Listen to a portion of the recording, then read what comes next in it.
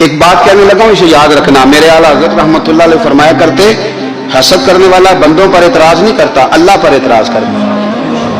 وہ کہتا ہے اللہ اسے کیوں دیا ہے، اتنا کیوں دیا ہے، معاذ اللہ وہ اللہ کی تقسیم پر اعتراض کرتا۔ حسد کرتے ہو بے چین رہو گے، حسد آپ کے دل کو تڑپا کے رکھ دے گا، چھوڑے۔ اللہ بڑا کریم ہے، جس کو جہاں چاہتا ہے وہاں بٹھا دیتا ہے۔ آپ قطعاً اس بحث میں نہ پڑے کہ اللہ نے کس کو کتنا دیا ہے، کب دیا ہے، کیوں دیا ہے، وہ بڑا بے نیاز ہے۔ حسد آپ کو تباہ کرے گا۔ دنیا میں پہلا گناہ جو ہوا تھا وہ حسد تھا۔ ابلیس نے حضرت آدم سے حسد کیا، کہنے لگا میں بہتر ہوں، سرداری اس کو مل رہی ہے، یہ تو اللہ کو پتا نا کس کو دینی ہے۔ اور دنیا میں پہلا قتل حسد کی وجہ سے ہوا، حابیل قابیل کے درمیان حسد کا معاملہ تھا۔ خاتون کا نکاح اس سے کیوں ہو رہا ہے، مجھ سے ہونا چاہیے۔ حسد تباہی کرتا۔ آپ یقین کریں، یعنی دکاندار کے سامنے دوسری دکان پر کیا پریشان ہو جاتا ہے، وہ کہتا ہے میرا کیا بنے گا، لا حول ولا قوت الا باللہ العلی العظیم۔ یعنی تیرا کیا خیال ہے کہ تیرے حصے کی روٹی وہ کھا جائے گا، اتنا چھوٹا دل۔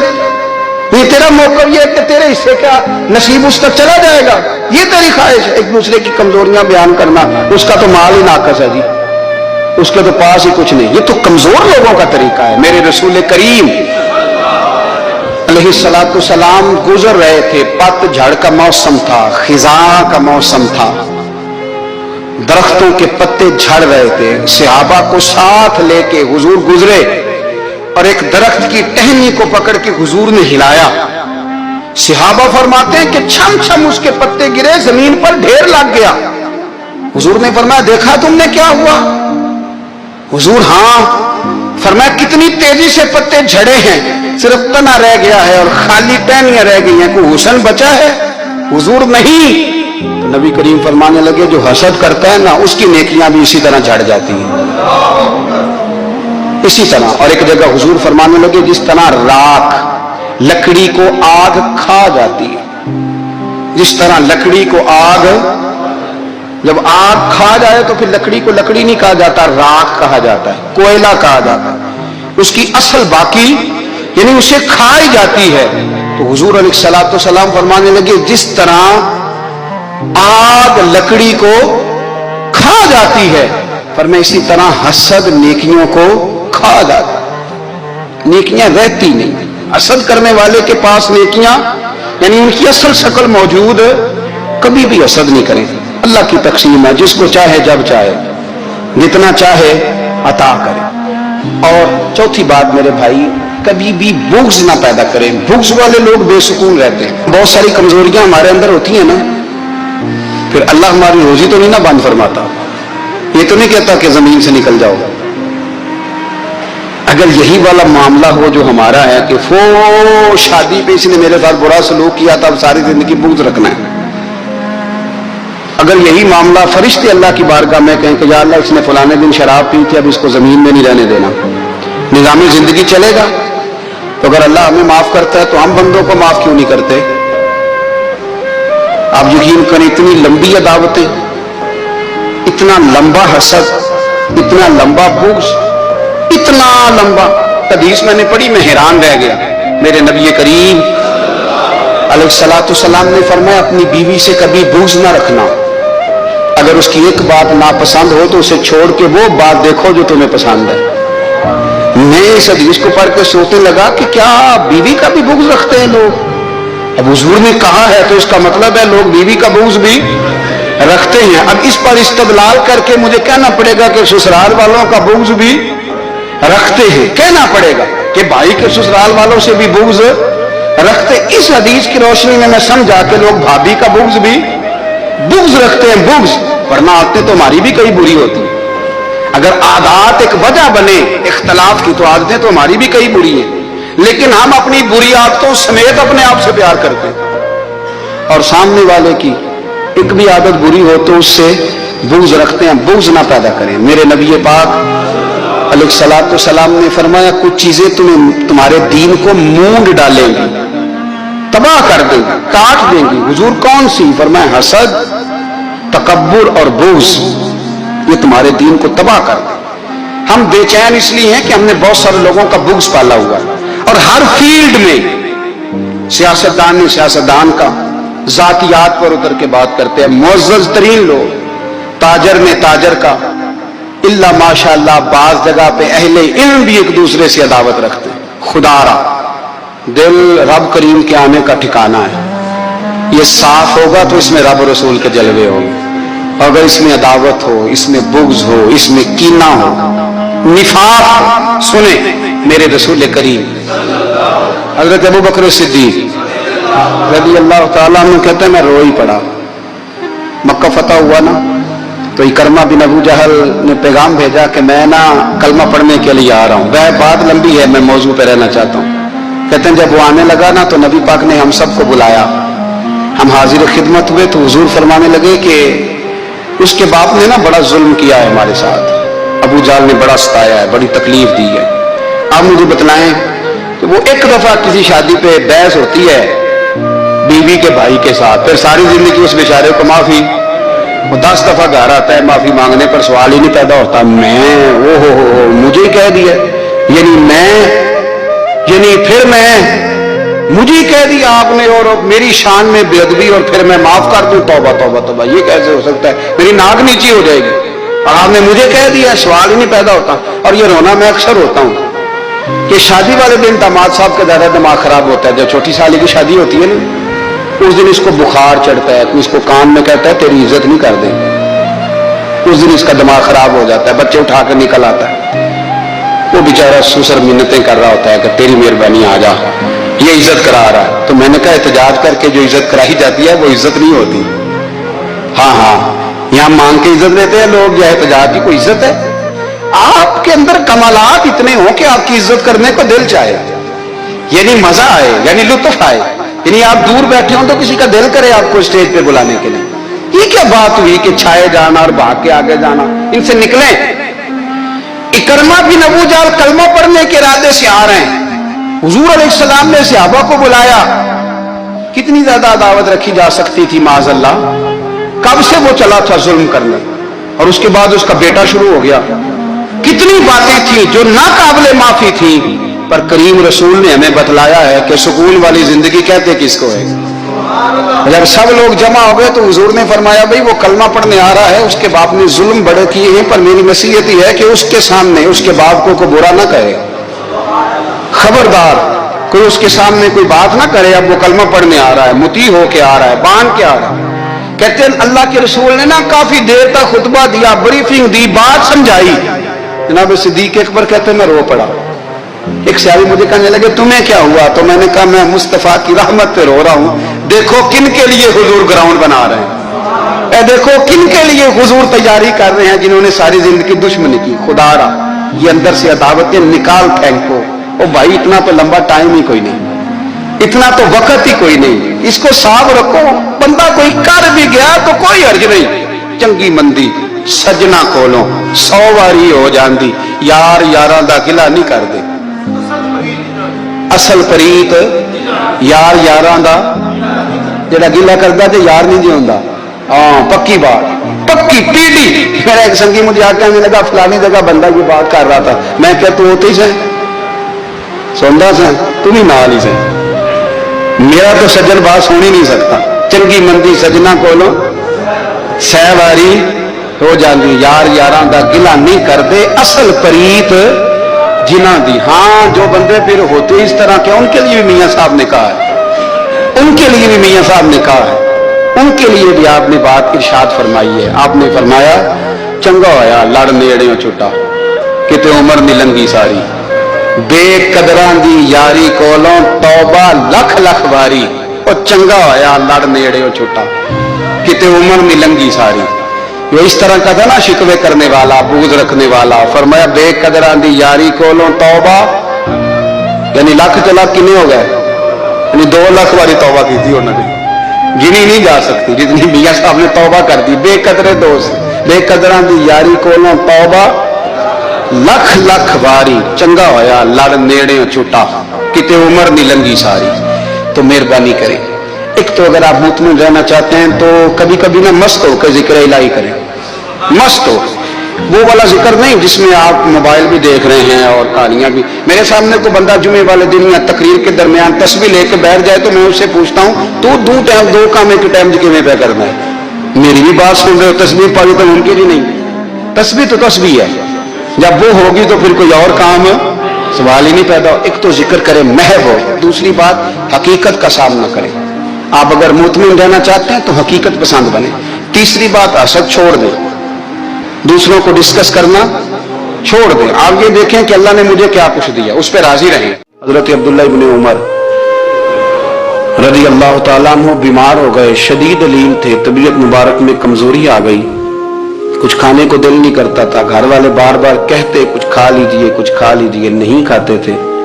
दिल आखिर हजरत नाफे आपके गुलाम थे, उनसे कहने लगे कहीं से मछली मिल जाए ना थोड़ी सी, मैं खाऊंगा। तो कहते हैं मैं सारे मदीने में ढूंढता रहा, मछली ना मिली। अगले दिन भी ढूंढी तो ना मिली, तीसरे दिन भी ढूंढी तो ना मिली। तो फरमाने लगे यार बस छोटी सी ख्वाहिश है, कोई फर्ज नहीं मिलती तो रहने दे।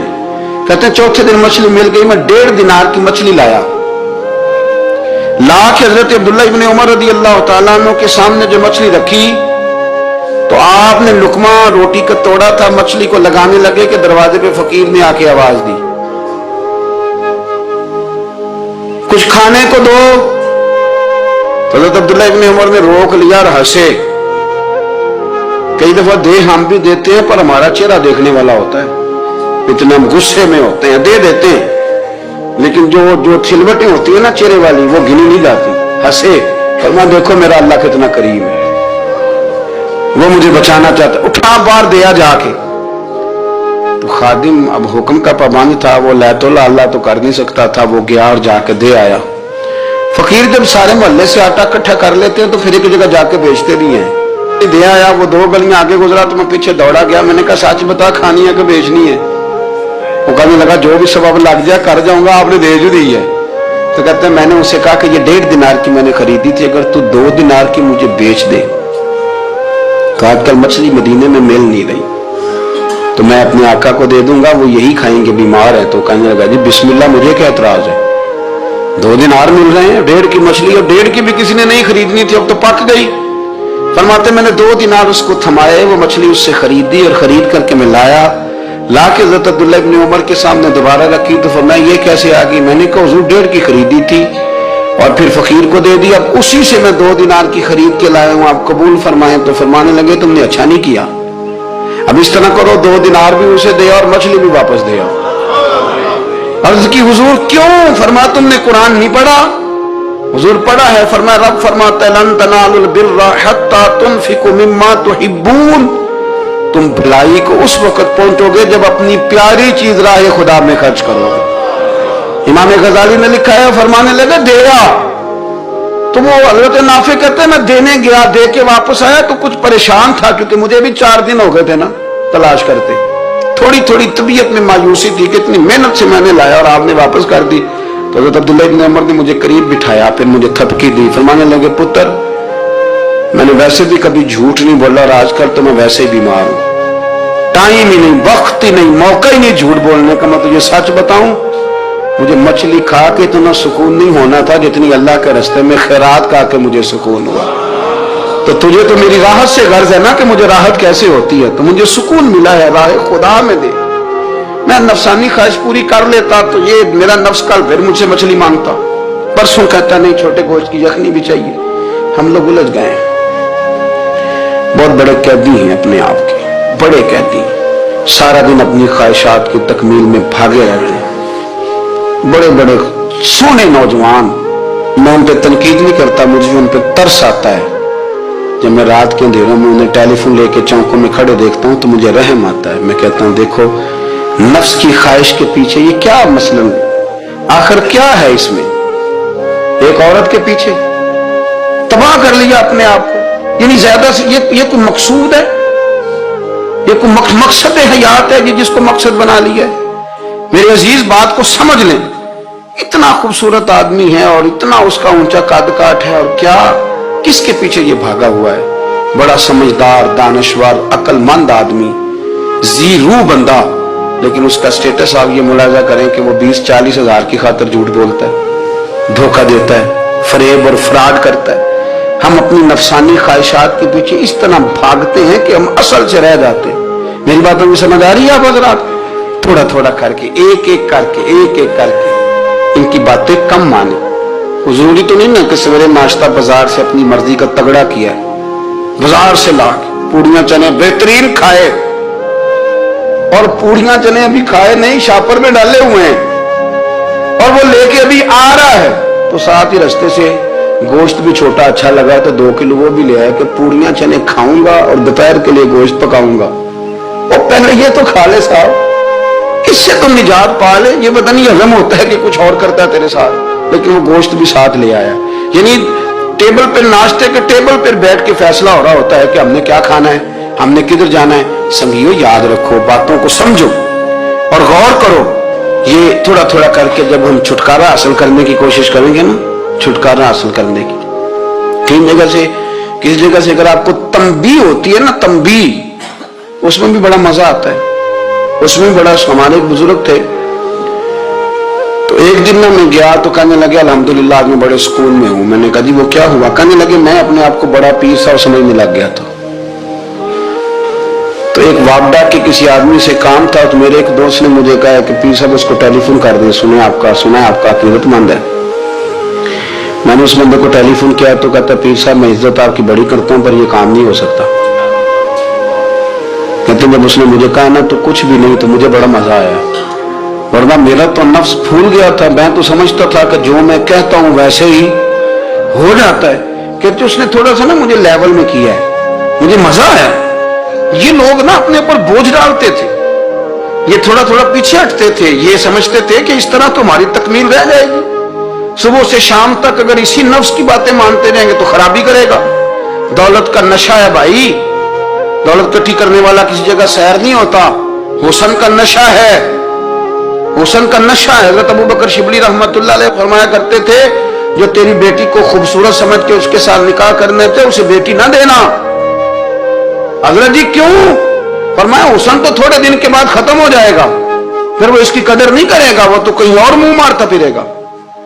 हज़रत अबू बकर शिबली रहमतुल्लाह ताला अलैह की बेटी खूबसूरत थी। एक नौजवान कहने लगे मेरा निकाह कर दे। आप फरमाने लगे पुत्र तो 1 महीने के बाद आना, कर दूंगा। बड़ी मोटी ताजी खूबसूरत साहिबजादी। तो हजरत ने उसे दवाई खिलाई, उसे पखाने लग गए। जो पखाना करती एक मटके में संभाल देते। थोड़ा वक्त गुजरा तो वो हड्डियों का पिंजर बन गई। महीने भर में दस्त इतने आए कि कमजोर हो गई। तो अबू बकर शिबली 1 महीने के बाद नौजवान को बुलाया, फरमाया इधर आ तेरा निकाह करूं। बच्ची दिखाई तो वो कमजोर बिस्तर पे पड़ी। फरमाया शादी कर। कहने लगा इससे नहीं मैंने करनी। फरमाया ये वही है? कहने लगा जी नहीं। फरमाया तू तो कहता था मुझे इश्क है, किधर गया तेरा इश्क? कहने लगा हज़रत साहब आप कैसी बात कर रहे हैं? फरमाया इधर आ। फिर वो मटका जिसमें गंद रखा था वहां ले गए। फरमाने लगे तेरा इसके साथ इश्क था, ये है तेरा इश्क। फरमाया तो मैं 4 दिन रोटी खिलाऊंगा फिर तंदुरुस्त हो जाएगी, लेकिन मैं देखना चाहता था कि तू मेरी बेटी से प्यार करता है या उसके चेहरे पे आने वाली कुछ वक्त के लिए सुर्खी से प्यार करता है, उस लाली से प्यार करता है जो जवानी के वक्त बच्चों और बच्चियों पे आती है। किस चीज का दिल दादा? यानी क्या मतलब? नफ्स की गुलामी, सरासर गुलामी। और पलट पलट के खाओ। बड़े बड़े सियाने बंदे छोटी सी ख्वाहिश के लिए, बड़ा समझदार आदमी, बड़ा सियाना बंदा। मैं एक बड़े बुजुर्ग आलिम थे, मैं एक दफा मिलने गया तो पाए पका रहे थे, खुद पाए पका रहे थे। तो वो बड़े प्यार की बात होती है ना जी। तो तामत बांधी हुई और बड़ी जनाब खस्ता हाली और वो पाए पका रहे हैं। तो मैंने उनसे कहा, हज़रत जी पाए तो किसी और ने भी पका लेने थे, आप बुखारी लेके बैठते, चलो मेरी तरह का कोई बंदा आपसे इस्तेफादा भी कर लेता।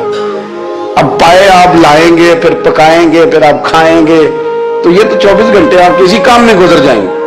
तो ये एक छोटी सी ख्वाहिश के लिए, मैं किसी चीज को हराम नहीं कह रहा। कुरान पाक की जो आयत पढ़ी है सिर्फ उसकी तफसीर आपके सामने अर्ज कर रहा हूं।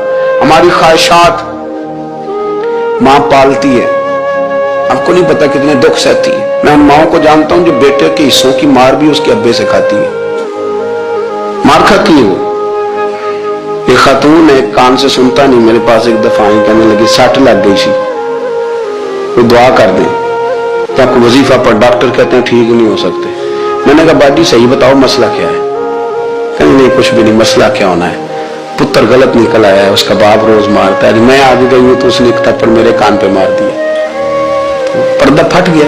मां मार खाती है, लेकिन वो पुत्र जिसको बड़ी मेहनत से पाला है वो जवान होता है तो अम्मा से कहता है तुझे छोड़ देना है, पर जिस लड़की से मेरा टेलीफोन पे रहा उसे नहीं मैंने छोड़ना, वो नहीं छोड़ सकती। हर शय कुचल जाता है वो। अम्मा कभी लेट के रात को सोचती है कि ये तो मेरी कुल कमाई थी, मैं तो आज भी इसके हिस्से के थप्पड़ अपनी गालों पे बर्दाश्त कर रही हूं, तो ये किधर गया। अरदशीर नाम का बादशाह था। हजरत मुहद्दिस इब्नुल जौजी आज से कुछ 700 साल पहले लिखते हैं। अरदशीर बादशाह बड़ा खूबसूरत था, जवान था, बड़ा अक्लमंद था। उसने इस तरक्की के करीब करीब की सारी रियासतों पे कब्जा कर लिया। बड़ा अक्लमंद जीरक था, कब्जा हो गया। एक बादशाह बड़ा सख्त था, उसके साथ जब पंजा आजमाई हुई तो अरदशीर कहते हैं उस पर मेरा कब्जा नहीं हो रहा था, और जब हमने सारी रियासतों ने मिलकर उस पर हमला किया तो एक किले के अंदर किला बंद हो गया। अरदशीर बड़ा खूबसूरत आदमी था, बड़ा समझदार था, तो वो बादशाह किला बंद हो गया, उसने कहा निकलना ही नहीं। अब वो अंदर बंद है, यक बारगी हमला किया तो वो बड़ा बड़ा किला था उसमें बंद हो गया। उस बादशाह की ना जिस पर हमला किया उसकी बेटी अचानक एक दिन किले की दीवार पे चढ़ी तो अरदशीर के हुस्न जमाल को देखा तो आशिक हो गई,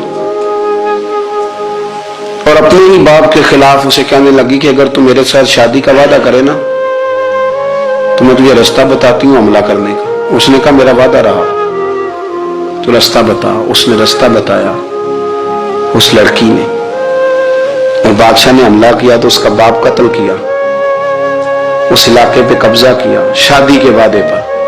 हाँ, नफसानी ख्वाहिश बंदे को अंधा कर देती, नहीं समझ आती उसको मैं किधर जाना, अंधा कर देती। हमला किया,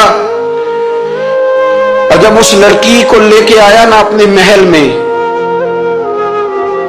तो पहले दिन शादी की पहली रात थी, तो बिस्तर बिछाया कनीज ने, तो वो कभी करवट उधर बदलती कभी उधर बदलती, तो बादशाह कहने लगा क्या है, कहने लगी बिस्तर में कुछ है मुझे तकलीफ दे रही। उसने चिराग जलाए और जब बिस्तर उठाया तो एक इतना सा धागा निकला। धागे से मुमन तकलीफ नहीं होती, तो उसने कहा तो इतनी नरमो नाज़र कह के धागा। कहने लगी मेरा बाप ना मेरे साथ इतना प्यार करता था कि रोज मेरा बिस्तर भी खुद बिछाता था, और उसने आला रखा हुआ था, वो नापता था कि कोई पाया ऊंचा नीचा तो नहीं, मेरी बेटी का बैलेंस सोते वक्त खराब ना हो जाए, और मेरे लिए गोश्त और कपड़े भी खुद पसंद करके लाता था, खाने पीने का खुद ख्याल करता था। अरदशीर कहने लगा अच्छा वो इतना प्यार करता था, और फिर तूने उसके साथ क्या किया। कहने लगा बुलाओ कनीजों को बुलाया, फरमाया इसको उठाओ और जल्लाद के पास ले जाओ, उसे कहो कि इसके बाल एक घोड़े के साथ बांधे, पैर दूसरे घोड़े के साथ बांधे, और एक घोड़ा इधर भगा दे, किधर भगा दे। ये जिसके बाप ने इतना प्यार किया, ये नफ्स की इतनी गुलाम है कि उसकी वफादार नहीं रही तो मेरी वफादार कैसे बनेगी। इसने इतने नाजों से पाला कि धागा इसे बर्दाश्त नहीं। ओ यारो याद रखो, अगर नफ्स की गुलामी करो तो बड़े बड़े वफादारों को छोड़ के गुलामी करो तो फिर कहो वफादार मिल जाए। कोई बोल अब लड़ा ना बोल बैठी, उनके खस्म नाराज बड़बोलियां दे, कहां सिर खाए ते बुलबुल ठंड पाए। बड़े फर्क नहीं सजना बोलियां दे, जड़ियां खस्मां दी विच रजा वसन, भाग जाग जांदे उन्हां गोलियां दे। आप उदलियां नू सरदार पैन टक्के ते शर्मा वालियां नू झूठे डोलियां दे। अपने नफ्स के पीछे चलोगे तो ये तबाही है। जब हमने किसी से वफा नहीं की तो ये क्या उम्मीद हुई कि दुनिया हमसे वफा करेगी। अल्लाह रसूल की मर्जी के मुताबिक उसूल पसंद जिंदगी बनाएं, एक एक करके अपनी ख्वाहिशात से पीछे हटें, थोड़े पे गुजारा करना सीखें, अपने नफ्स को समझाएं। जरूरी नहीं कि रोटी हर वक्त मजे के लिए खाई जाए, कभी कमर सीधी करने के लिए खुश्क रोटी भी खा के देखो, कभी कभी सादा खाना उस पे भी इक्तिफा करो, कभी थोड़ा करके अच्छे तरीके से सादे कमरे में भी अल्लाह को याद करके देखो। नफ्स के पीछे ना भागिएगा, तबाही करेगा।